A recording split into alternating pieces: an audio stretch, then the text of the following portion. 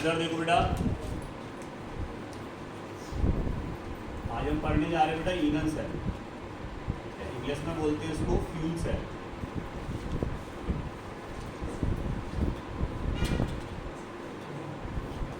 अब ईंधन सेल होता क्या है पहले अच्छे से समझेंगे, उसका चित्र बना के उसका डिस्क्रिप्शन समझेंगे, वर्णन उसका, फिर ईंधन सेल का यूज़ कहाँ होता है क्लियर, और उसमें होने वाली रासायनिक अभिक्रियाएं कैथोड पे और एनोड। तो सबसे पहले हम चित्र बनाना स्टार्ट कर रहे हैं बेटा ईंधन सेल का। तो सबसे पहले हमें एक बड़ा कंटेनर या पात्र लेना है। तो सबसे पहले हमने एक बड़ा पात्र ले लिया। इस पात्र को अगर हम गौर से देखें तो इसमें एक छिद्र ऊपर है और एक छिद्र नीचे है।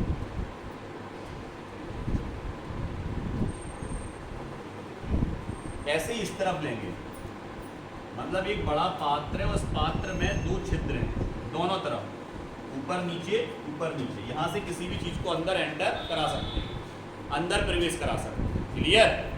अब यहाँ पर अगर अपन बात करें बेटा तो इसमें हमने दो ग्रेफाइट की प्लेटें लगा दी। एक प्लेट ये है ग्रेफाइट की है बेटा, और एक प्लेट ये है ग्रेफाइट की। दो प्लेटें लगा दी इसके बीचों बीच।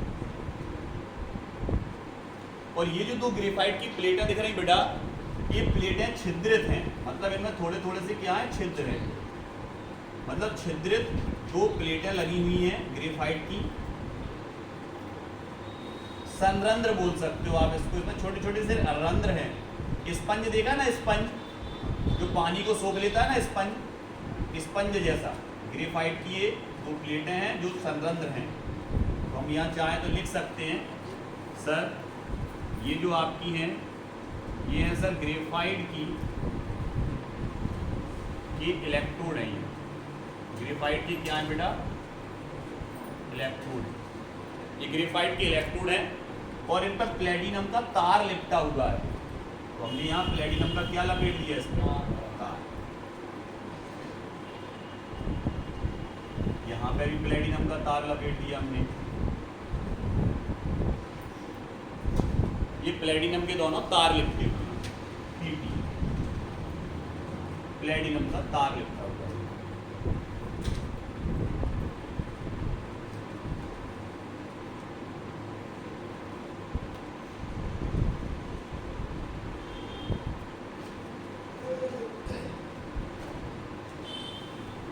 ये और ये दोनों प्लेटिनम के तार हैं। अब यहाँ पर बीच में अगर देखें दो प्लेटें लगाने के बाद ये जो आपका पात्र है तीन भागों में बट गया, एक दो तीन। इसमें जो बीच वाला भाग है, इस बीच वाले भाग में बेटा एक द्रव विलयन भरा हुआ है। बीच वाले भाग में एक द्रव विलयन भरा है, बिल्कुल भरा सर द्रव विलयन। ये द्रव विलयन कैसा है सर, ये अम्लीय या क्षारीय विलयन हो सकता है। ये अम्लीय विलयन हो सकता है या क्षारीय विलयन हो सकता है। इसके बीच में भरा हुआ है अम्लीय या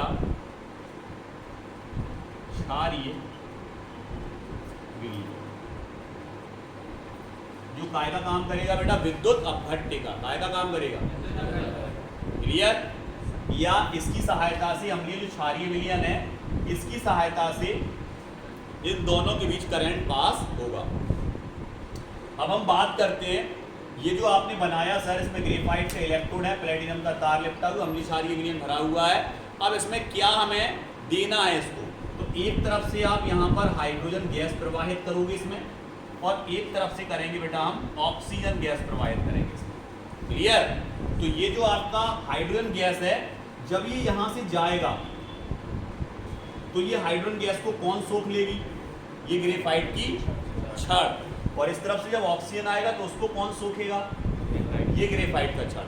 क्योंकि दोनों कैसे हैं, संरंध्र हैं, अंदर क्या भरा, विलयन भरा, इसलिए इन दोनों में क्या रहेगी, नमी या मॉइस्चर, गीली रॉडें रहेंगी। कैसी रहेंगी, गीली रॉडें रहेंगी। आगे समझ में, नमी रहेगी, जिसके कारण ये ऑक्सीजन और हाइड्रोजन को क्या कर सकती है, सोख सकती है, सोख लेगी। आ गया समझ में। तो जो जितनी गैस सोखनी होगी सोख लेगी, बाकी गैस यहाँ से कहाँ निकल जाएगी, बाहर। ऐसे ही ऑक्सीजन भी यहाँ से कहाँ निकल जाएगी बेटा, बाहर। क्लियर। तो इन दोनों इलेक्ट्रोडों पर अब क्रमशः क्रियाएं संपन्न होंगी, ऑक्सीकरण और अपचयन। कौन कौन सी क्रियाएं संपन्न होंगी बेटा, ऑक्सीकरण और अपचयन। सबसे पहले हम बात करते हैं ऑक्सीकरण की।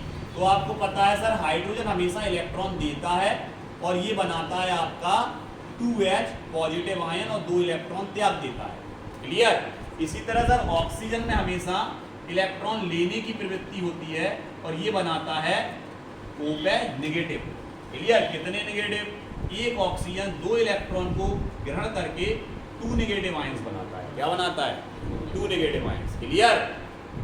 ऑक्सीजन का काम क्या है, लेना। किसको लेना, इलेक्ट्रॉन्स को। क्लियर। और हाइड्रोजन का काम क्या है, इलेक्ट्रॉन को देना। क्लियर। तो हमें पता है कि सर जहां पर इलेक्ट्रॉन दिए जाते हैं वो कहलाता है एनोड। हाँ सर बिल्कुल पता, उसको एनोड बोलते। जहां पे इलेक्ट्रॉन लिए जाते तो वो क्या कहलाता है बेटा आपका, कैथोड। उसको कैथोड बोलते।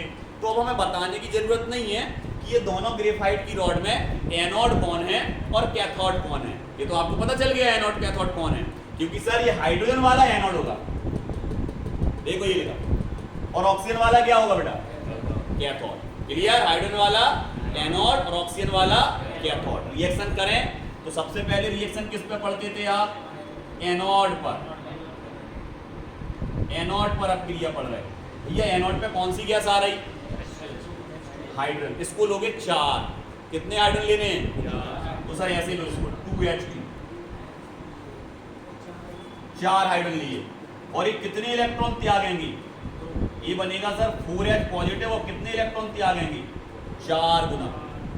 4 इलेक्ट्रॉन निकल जाएंगे, हर हाइड्रोजन से 1 इलेक्ट्रॉन निकल जाएगा और क्या बनेगा, 4H पॉजिटिव। क्लियर। इसके बाद अब किस पे रिएक्शन देख रहे हैं, कैथोड पर। कल आपने सीसा संचायक सेल पढ़ा था, बिल्कुल पढ़ा था। सीसा संचायक सेल का आपको पता होगा, जब हम कैथोड वाली रिएक्शन पढ़ रहे थे तो उसमें आया था PbO2 से स्टार्ट थी और उसमें H भी आया था और SO4 और इलेक्ट्रॉन भी, जितने थे वो सब आए थे। तो यहाँ पर जब आप ऑक्सीजन लिखोगे बेटा तो यहाँ पर सब चीजें आएंगी। कौन कौन सी, ये 4H प्लस ये चारों इलेक्ट्रॉन। अब ये 4 इलेक्ट्रॉन अगर इस S से जुड़ेंगे तो ये कितने बन जाएंगे, 4H। क्या बन जाएगा, क्योंकि ये धन और ऋण कैंसिल होकर 4H नहीं हो जाएंगे। क्लियर। अब ये 4H और 2 ऑक्सीजन जुड़ेगा तो क्या बन जाएगा, 2H जल। क्लियर। तो यहाँ पर देखो कौन सी क्रिया हुई, इसने 4 इलेक्ट्रॉन ले लिए, यहाँ पे 4 इलेक्ट्रॉन दे दिए। सर ये वाली क्रिया ऑक्सीकरण, ये वाली क्रिया अपचयन।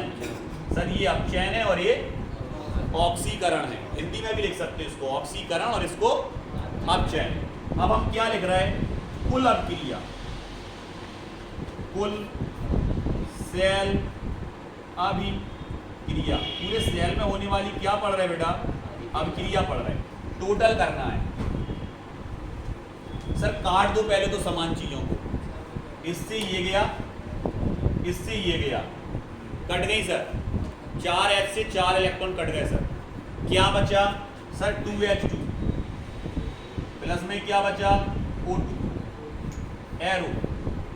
क्या बनेगा बेटा, क्लियर। क्लियर।